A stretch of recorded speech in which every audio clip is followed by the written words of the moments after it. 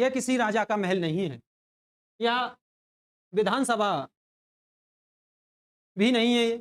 दोस्तों ये है सीएम कंपोजिट मॉडल विद्यालय। ये फिलहाल एआई से बनाई गई तस्वीर है।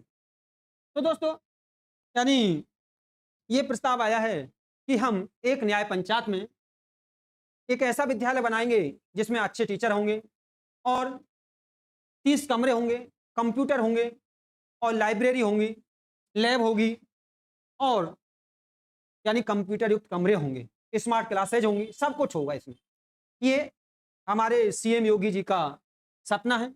लेकिन दोस्तों इसमें मुझे कुछ दिक्कतें आ रही हैं।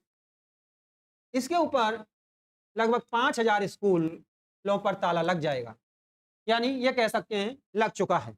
चलिए जानते हैं विस्तार से क्या है कहानी। यदि ये चलता है तो अच्छी बात है, लेकिन दोस्तों दिक्कत कहाँ आ रही है?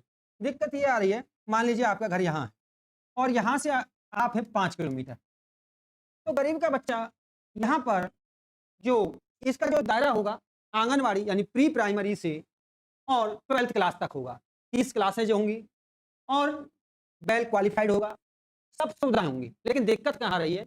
देखिए दिक्कत ये आ रही है, जैसे ये 5 किलोमीटर दूर होगा तो गरीब का बच्चा यहाँ तक कैसे जाएगा?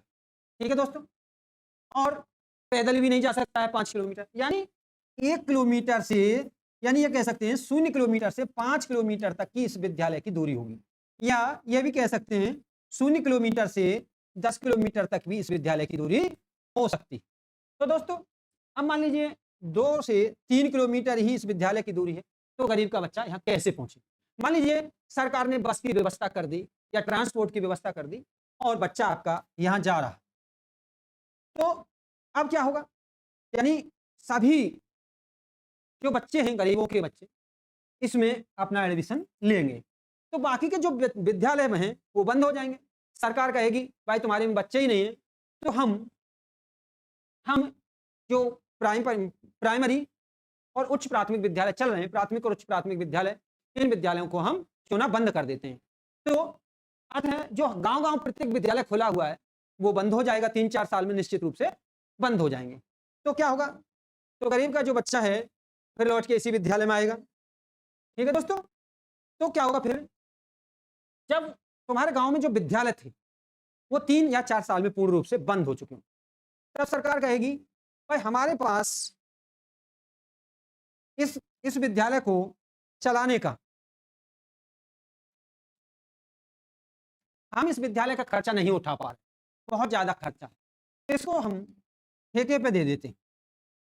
ठीक है, जब ठेके पे देंगे तो इस विद्यालय का नाम होगा Adani public school, Ambani public school, Mahindra public school.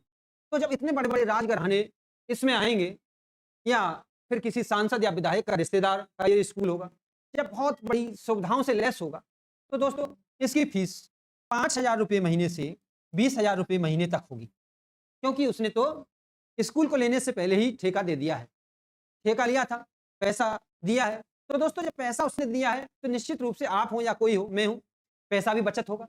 तो दोस्तों मान लीजिए मिनिमम फीस 5000 रुपये, ठीक है, क्लास वाइज बढ़ेगी 5000, 6000, 7000, 8000।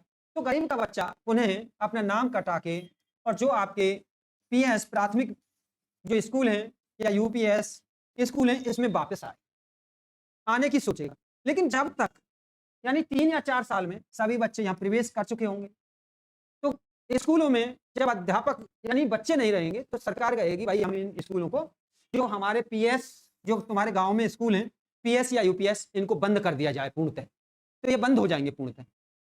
तब अब क्या है? अब यहाँ पर जब ये बंद हो जाएंगे तो इनकी फीस है 5000 रुपये। कितनी फीस है? 5000 से 20,000। तो उस स्थिति में जो गरीब का बच्चा है वो कहाँ जाएगा? दोस्तों इस बात पर विचार किया जाए और मेरा सरकार से अनुरोध है, भाई हम मान रहे हैं, योग विश्वास है, वो अच्छा चाह रहे हैं, अच्छा करेंगे, लेकिन माना दूसरी सरकार आ जाएगी तो पहली सरकार के काम को ठंडे बस्ते में डाल देगी, या दूसरी सरकार आके पहली सरकार का क्या करेगी? उसे बदनाम करने के लिए इसको प्राइवेट में दे देगी कि हम नहीं उठा रहे इतना खर्च। तब गरीब का बच्चा कहाँ जाएगा? 5000 दे नहीं पाएगा तो गरीब का बच्चा बिल्कुल अनपढ़ रह जाएगा। मुझे तो एक ऑर्डर है, जैसे पाकिस्तान में निमक आतंकवादी पैदा होते हैं तो जब उनके पास वो पढ़ेंगे है नहीं, कोई बुद्धि नहीं आएगा तो उनको कैसे भी बहका दिया जाएगा। इस पर विचार किया जाए। जय हिंद दोस्तों।